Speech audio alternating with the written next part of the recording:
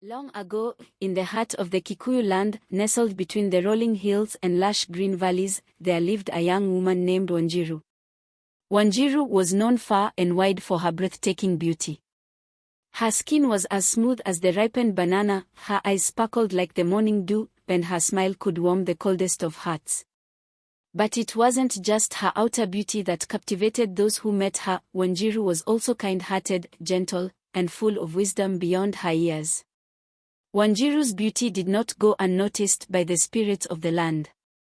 These spirits were powerful beings who lived in the mountains and forests, often meddling in the affairs of humans.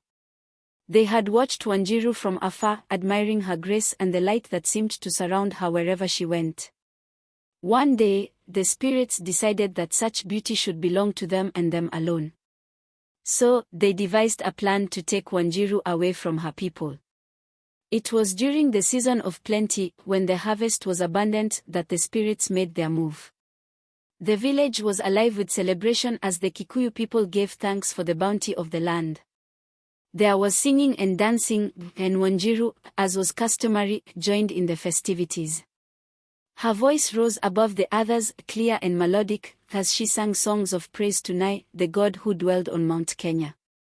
As the night deepened, and the full moon bathed the land in its silver light, Wanjiru felt an inexplicable pull toward the forest. She tried to resist, but the force was too strong. It was as if invisible hands were guiding her feet toward the dense thicket of trees. Without a word to anyone, she left the warmth of the fire and the joyous laughter of her people behind, disappearing into the darkness.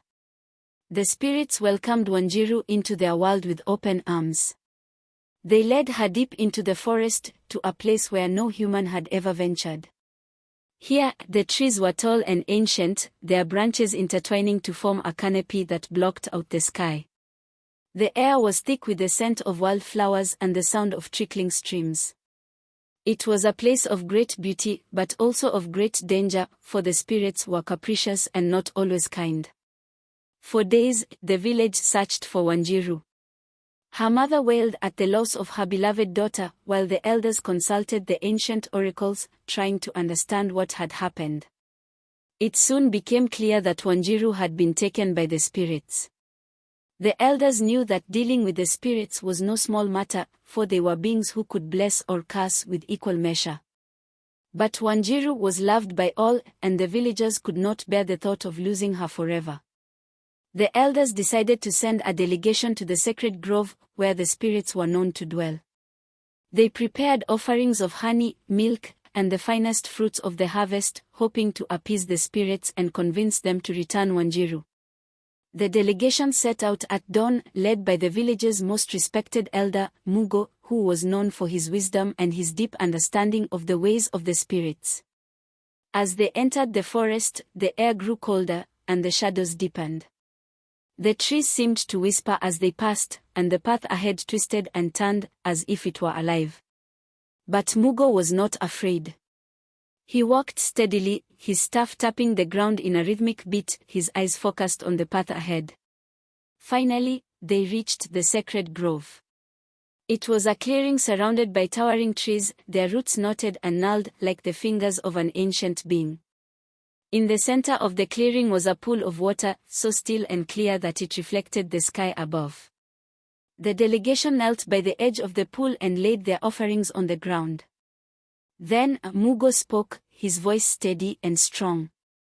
"O great spirits of the forest, we come before you with humble hearts," he said. "We bring you these offerings in the hope that you will return Wanjiru to us. She is the light of our village, the joy of her family, and her loss is a wound that will never heal. We ask for your mercy and your kindness. Please return her to us." For a moment there was silence. The wind stopped blowing, the trees stopped whispering, and even the water in the pool seemed to hold its breath. Then, a voice echoed through the clearing, soft and melodic, yet filled with an otherworldly power. "Why should we return her to you?" the voice asked. "Wanjiru is more beautiful than the stars, more precious than gold. She belongs with us now, where she will be cherished for all eternity." Mugo bowed his head, thinking carefully before he spoke. Great spirits, he began, we do not deny Wanjiru's beauty, nor do we question your desire to keep her. But beauty is not meant to be hidden away. It is meant to be shared, to bring joy to others. Wanjiru's beauty has blessed our village, and her kindness has touched many hearts. By keeping her here, you deprive the world of her light. The spirits were silent for a long time, as if considering Mugo's words. Finally, the voice spoke again, but this time it was softer, almost regretful. Your words are wise, elder, the voice said. But we cannot return Wanjiru to you so easily. There must be a sacrifice, the token of your sincerity. Mugo nodded, understanding the ways of the spirits. What do you ask of us? He inquired. The voice did not answer immediately. The water in the pool began to ripple, and a figure slowly emerged from its depths. It was Wanjiru, but she was no longer the vibrant young woman the villagers knew. Her eyes were distant, her skin pale, and her once radiant smile was gone. She looked at Mugo, but there was no recognition in her gaze. She has become one of us, the voice said. To bring her back, you must give us something of equal value. A life for a life. The villagers gasped in horror. How could they choose someone to sacrifice for Wanjiru? But Mugo remained calm. He knew that the spirits were testing them, that this was a challenge they had to face with wisdom and courage. We offer you our unity, Mugo said at last. We offer you the strength of our community, the bond that ties us together. Take not one life, but the life of our village as a whole. We will work together to heal Wanjiru, to bring her back from the shadow that has claimed her. In this way, we show our devotion to her and our respect for you. The spirits were silent once more. Then, slowly, Wanjiru began to walk toward the edge of the pool.